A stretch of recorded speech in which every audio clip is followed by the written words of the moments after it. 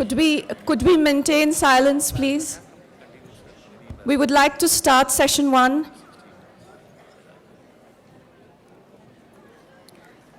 After the extremely insightful and interesting insights from our special guest and chief guest, we are now ready to start our first session of the International Relations Conference.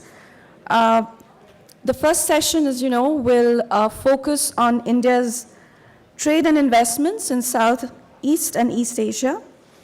The session will be moderated by Ambassador Sanjay Singh. Ambassador Singh was former ambassador to Iran and former Secretary East. Ambassador Singh has been very closely associated with India's Look East policy. I would just like to bring your attention to a slight change. Since track 1 is going to be particularly long, we have extremely eminent and distinguished speakers amongst us. So what we have decided to do is divide the track into 2 parts. We will start with 4 speakers who are already on the dais. And then we will break for lunch and come back, and there's going to be another session, which is a sub-session of session 1, and that will focus on Japan. So without much ado, I will invite Ambassador Singh to introduce our speakers. Thank you.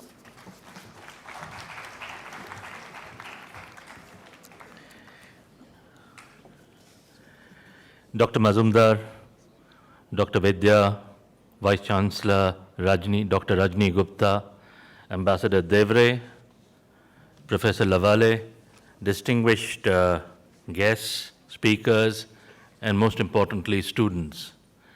I'm delighted to participate in this International Relations Conference defining India's bridge to the Asian neighborhood at the Symbiosis International University, where dreams are translated into reality. And I congratulate Symbiosis for it. I'm very happy that issues related to India's external interactions are being discussed out of Delhi. It is particularly heartening that this afternoon sessions, or this morning and afternoon session on India's trade and investment with the Indo-Pacific is being discussed in the commercial heartland of India here in Western India, which should be of considerable relevance to the region.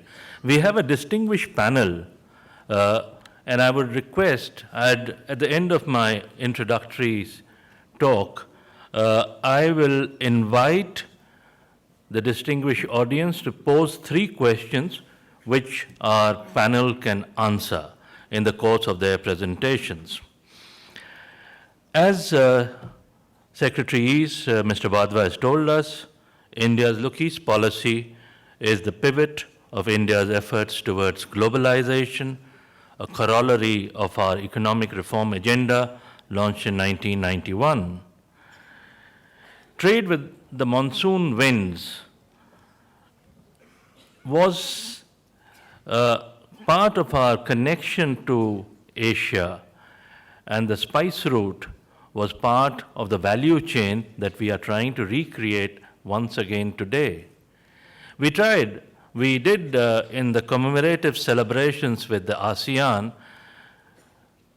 sent an Indian naval vessel, a sailing ship, along with the monsoon wind, which touched each of the ASEAN countries in an 8-month visit, and said that what we did hundreds of years back, we can recreate today once again. This moment of Indian policy of look east and act east is in parallel with the shift of the global center of gravity to Asia. The growth rates in Asia average more than the rest of the world, and this is what makes the shift of gravity possible. The first impulse came from Japan, then the tiger economies of Korea, Taiwan, Singapore, Malaysia, and today, and thereafter by China, and today India and Indonesia and ASEAN as a whole have joined in this huge development which is going to transform our region. Australia and New Zealand are the bookends of this region, of which one end is India. As Secretary Vadva told us, ASEAN is central in India's Look East policy because it is central to the evolving economic and political architecture of the region and is the glue of building an open and inclusive architecture based on common understanding. Mr. Gadkari, when he was speaking, the Honorable Minister, talked about financial products to help promote our economic ties. And today we have with us from the Exim Bank is Chairman and Managing Director, who will tell us how we can create innovative products in which can help give momentum to our economic and trade and investment ties. Because relations with the ASEAN and other East Asian countries are central to the occupation of creating economic opportunities for India.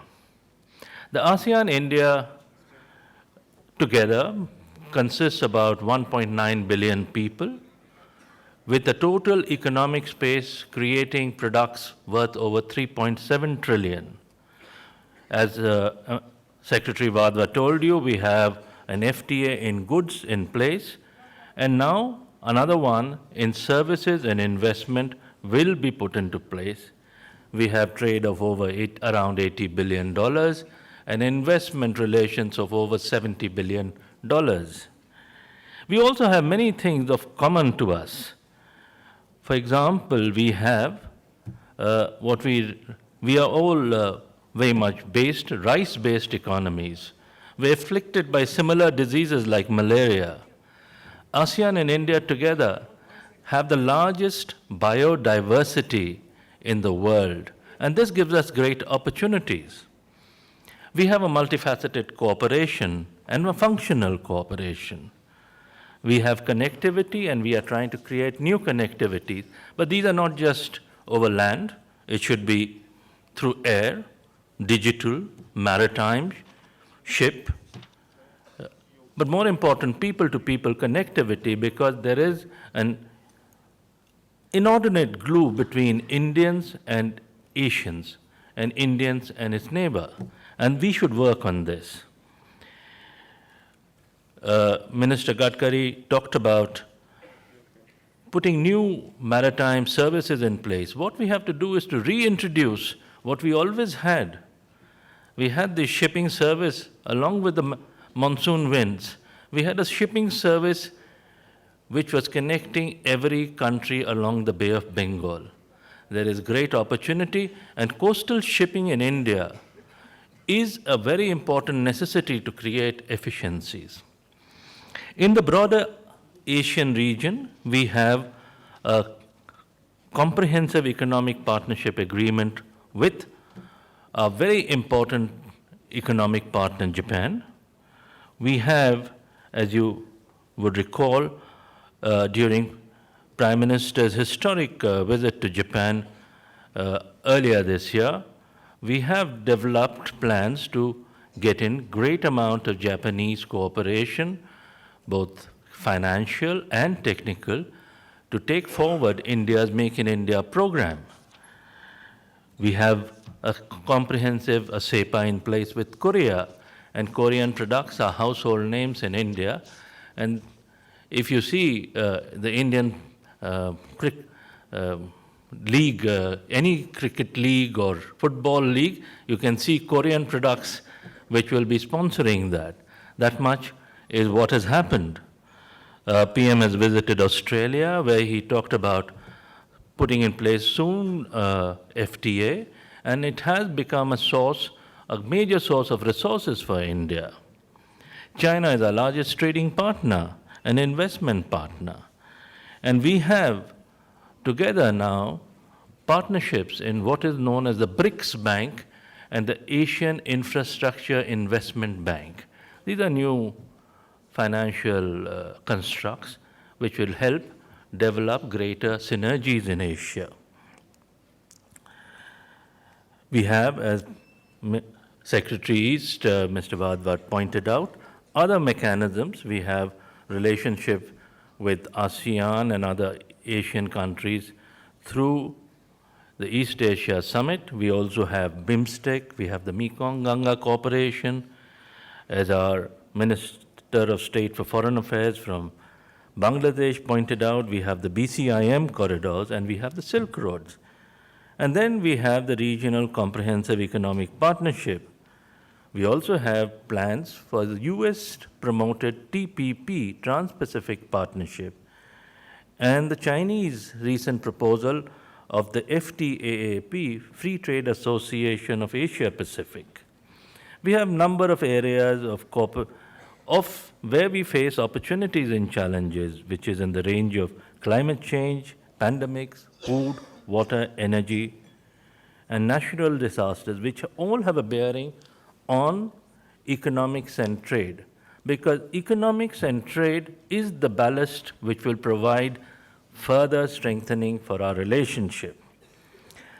We have a very distinguished panel, and as you have been informed by Professor Lavale, we'll be breaking up the sessions into two. The first session will hear addresses by Mr. Mathur, Chairman and Managing Director of Exim Bank, who is an officer of the Indian Administrative Service of 1986 batch. He is a first-class graduate in economics, an MBA in finance. He has worked in various areas, but more importantly, as an executive director with the African Development Bank, and now is with the Export-Import Bank of India, which promotes India's trade and investment with all countries around the world. We have Dr. Ajit Ranade, the Chief Economist with the Aditya Birla Group. He was with the Capital Convertibility Committee of the Reserve Bank of India. More importantly, he is on the board of governors of IIT Bombay. He has won the Distinguished Alumnus Award of IIT Bombay in 2009. We have my colleague, Dr. V.S. Sheshadri, who's played a seminal role in India's negotiations in the erstwhile GATT and later the WTO, who was our ambassador in Myanmar and currently is vice chairman of the Research and Information System for Developing Countries. And finally, in the morning session, we have Mr. K.N. Radhakrishnan, who is president and CEO of Sundaram Clayton Limited, a TVS Group company. He is an MTech in Maintenance Engineering and Management from IIT Chennai. So before I ask them to come on stage, I'll invite the audience to pose 3 questions, which maybe our panel could, during the course of the debate, take forward. We are already at 12 o'clock. We have to finish by 1, so I'll ask my panel to confine their talks to, say, around 10 minutes, so that we have some time at the end of the session for some answers, further questions. Is there any questions from the audience? Yep. Where? Please. Yeah, I think so.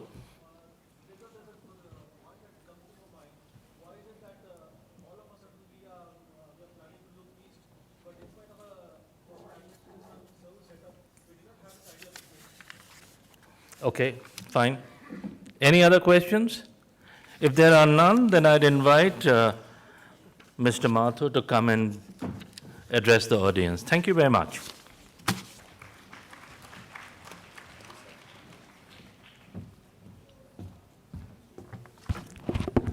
Namaste, good morning. I begin by really acknowledging the leadership of Professor Majumdar and Dr. Vidya to build up this institute to this great magnificence. It's indeed my first visit to this campus, but I visited the other campus of Symbiosis, and I am delighted to know such a distinguished conference is being held today. I am very grateful for this opportunity, and in my present assignment in the Export-Import Bank of India, from that perspective and from the way we are looking at the addressing the question that the young friend asked, I don't think that this is only now that we are looking. I think we were looking east since 1990. That was a policy construct. I think the officials of the MEA know that better. They might, in their conversation, explain that part. But since 1990, the look east policy was there. But now I think the sharpening of the focus, as the Commerce Minister just 3 days ago in a similar conference where the CII had called the CLMV countries and their representatives, and she was saying very clearly that the focus is, so it's now the Act East policy. So they're looking and the acting, you're right, my friend, that there may have been some disconnect, but the connections between India and our eastern neighbors goes back thousands of years. And so culturally, we are one large formation. So culturally, and if you look at that part, we have been there. Even on commerce, like the Ambassador Singh was saying, and the other speakers mentioning, we have had very, very long-term, relations going back, commercial relations. But probably the last 30, 40 years, India's own challenges, our own development aspirations, maybe the geopolitical issues did not integrate the region, but which I think is very rapidly changing, as you will see from the figures itself.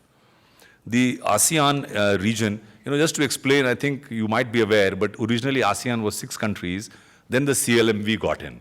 So it became ASEAN plus CLMV, so it is now 10 members. And now another 6 are getting in, like the ambassador was saying, and we are looking at something called the Regional Comprehensive Economic Partnership. So I think the future is towards integration, and so amongst those C's of culture, of commerce, the third C critically is connectivity. And connectivity is not only physical, like the Secretary East was mentioning about the roads and other physical connectivity for India's northeast to connect. So India is very well integrated. We've got long borders with these areas. And the connectivity of physical nature is also being strengthened through the digital connectivity route. So I think the thrust for the government is to enhance connectivities, commerce, and the cultural relations. So we are really looking at a huge opportunities for Asia. Like the Prime Minister said, that there is no doubt that it is Asia's century. And we in India are to now understand how is it that we fit into the global value chain so that Asia itself leverages its unique position so that the demographic dividend that we are proud of does not become a demographic disaster. So my young friends, I really implore you as the future that the real product is sitting in the chair. The real product we have, the real resource we have is you youngsters, you students. And I think what the global value chain explains to us, if you look at the disaggregated data, the global trade is about $19 trillion. But out of this $19 trillion, 28% is what is called the intermediary double counting. So actually the trade is built up because a product is partly made in raw material, is then partly worked upon, then shipped to another country. It's worked on that in that country, some parts are built, it again moves to another country. And finally, it is consumed. So the Apple iPhone, which I think many of us carry, or any smartphone, but actual economists and a Kennedy School professor a few weeks ago was sharing this in an economic conference in Delhi, that an iPhone 4, which retails for $500 in US, actually is shipped out from China at only $175. So we think that China is making all the 500. No. It is shipped out, the cost to the US buyer, the Apple company, is only $175. That means $325 is the margin that the Apple in US is earning.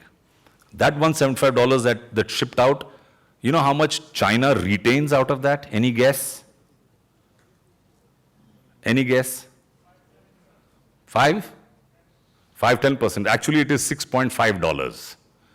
So an iPhone, which is shipped out at $175, only $6.50 retained in China. The gap, that is about 169 or whatever, 168.5, that goes to the other countries which have done the plastic, the glass, the raw material, the chips, you know. So all the individual components that actually go into an iPhone are locked out and they go to other countries. But the real chunk is made by who? By the US economy, which has the patent, the IPR, the intellectual rights.